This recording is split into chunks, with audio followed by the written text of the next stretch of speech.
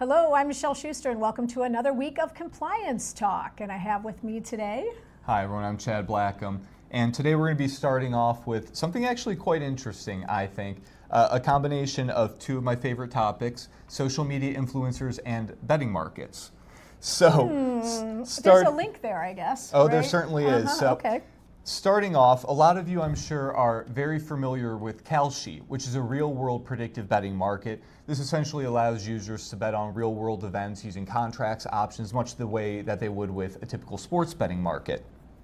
What you may not be as familiar with is the BBB's National Program for Advertising Division, or the NAD. So as you likely are aware, the BBB exists to foster proactive business practices amongst various industries, but they also have specific divisions that look at certain issue areas.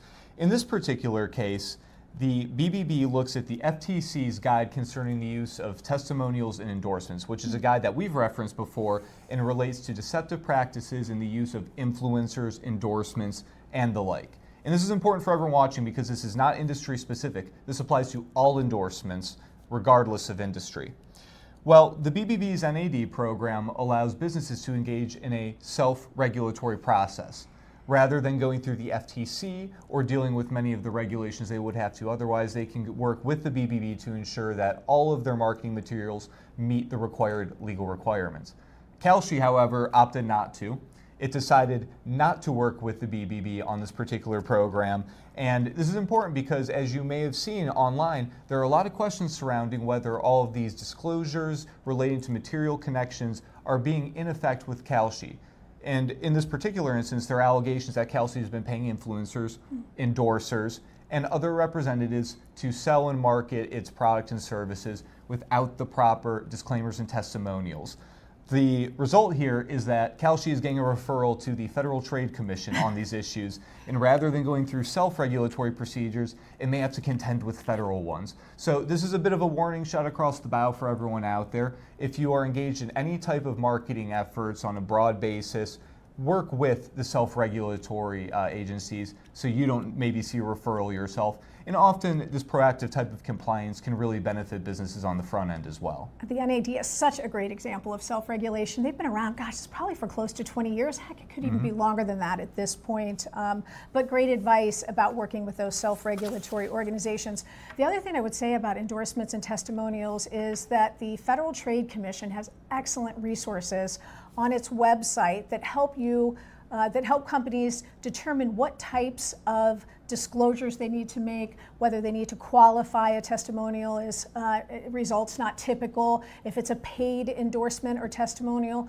All of those different types of things need to be disclosed. So really encourage you to look at the business section. If you go to the ftc.gov, they'll have, I think it's called information for businesses. If you select that, it'll go to their resources materials, and you could just search endorsements and testimonials, and it gives you a great list of how to do that without running into trouble. Well, my stuff is not nearly as exciting as what you're talking about today, and I really only have one item that's covering two different areas that are closely related, and one is the robocall mitigation database. And I know we've talked about this before, but as you may recall, the Robocall Mitigation Database is a platform that was initiated by the Federal Communications Commission, and it requires all voice service providers to file a robocall mitigation plan with the database.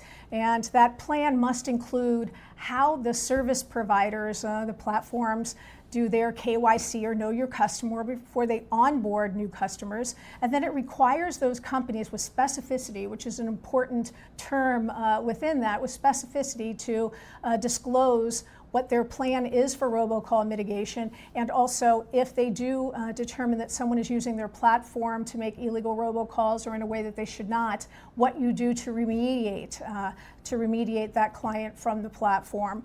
Really important that those are contained in the robocall mitigation plan and that it's filed.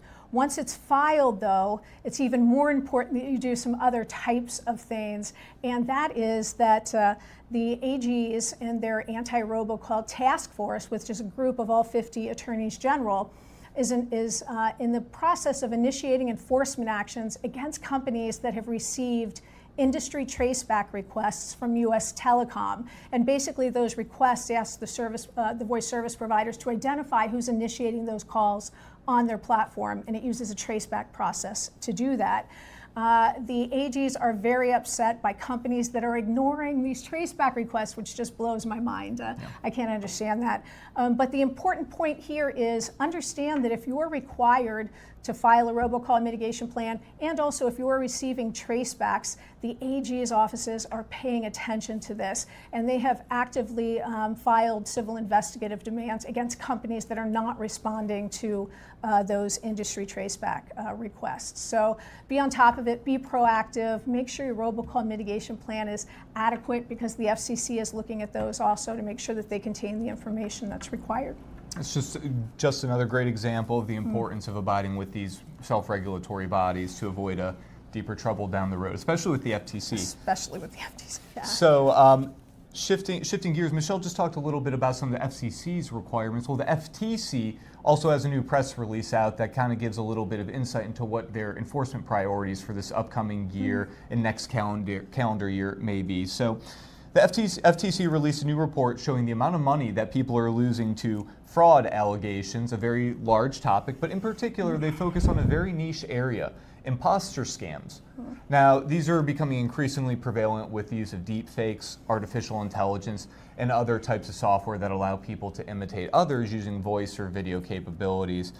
In relevant part, there was a total of $3.5 billion lost only to these specific types of these imposter scams in 2025. The breakdown here is really interesting, though. About 1 billion of these were for consumers for bank impersonators, individuals calling with unlawful fraud alerts saying that money had been taken out of your account incorrectly. But about another billion was also for business impersonators and government impersonators. So it kind of runs the whole gamut here. Whether you're a consumer, a business, or someone working with the state agency, you aren't necessarily immune to these types of scams. And in the broader context, there was about $16 billion total lost to fraud in this last calendar year, according to the FTC's report. The $3.5 billion, though, from imposter scams, to me at least, is a very, very sizable portion, particularly since these weren't really on my radar before. So businesses in particular should be aware of these, as there are significant amounts that have been taken over the past year. So kind of related to that, which is interesting, I was visiting with the Federal Communications Commission last week with a client, and the FCC is actively looking at proposing a rule on foreign-originated calls. And it's interesting because I think that both the FTC and FCC have felt pretty strongly that a lot of these impersonation scams are coming from overseas. I don't know if I agree with it, but if you are a company that has a nearshore, offshore call center, or relying on foreign call centers to place your telephone calls, you really want to make sure that you pay attention to this 10th further notice of proposed rulemaking that the FCC has put out, that is looking at putting parameters on what foreign originated call centers are capable of doing. Some of the things they've proposed are that you couldn't have more than, you have to have at least 30% of your calls that originated within the United States. You also have to disclose, and likely through call labeling, that the call is originating from a foreign source. Additionally, requiring American English proficiency for those foreign call centers, just among a few of the requirements that the FCC would impose. So if you are using foreign call centers, and this is a topic that's important to you, you really want to make sure that you take a look at what's going on. And I would say that I believe pretty strongly that if the FCC were to implement these rules and require these call centers to come back on shore in the United States with only 4% unemployment in the US right now, it'd be a very difficult thing for companies to be able to source those call centers. So absolutely, absolutely, and great insight. Something I hadn't really considered with that issue. You know, it's interesting to see how these foreign call centers, or at least what they believe to be in many situations, have kind of taken the forefront in the past couple of years with all of the authentication framework and the TCPA and TSR. So it's very interesting. And what's interesting kind of about the foreign labeled calls, so Taiwan and India implemented this identifier of foreign originated calls, and what happened was the complete opposite of what they had hoped. So first of all, the consumers stopped picking up the foreign originated calls, which prevented them from getting important calls that they would have wanted, but then they over-relied on calls that didn't have a foreign originated designation to it, and so they actually saw an increase in scams between that and the bad actors moving to different platforms like TikTok or other social media. So wow. It's regulation is not an easy thing. It gets a little complicated. It certainly does. And on that note, I have one last story that I would like to touch on with some of the regulatory considerations coming out of New Jersey. But this is important too because I've seen similar things coming out of many, many states in the past couple months, and we touched on them. But as you may recall, the Biden administration a couple years back had a very large enforcement effort to crack down on what it referred to as junk fees. Now, these are additional fees that are not immediately disclosed in the subtotal or price of a product or service. I don't want to call any specific companies, but think of when you're buying a ticket, whether through an airline or for a music concert, you get to that final page, the price seems to be a little bit higher than it was on that first offer.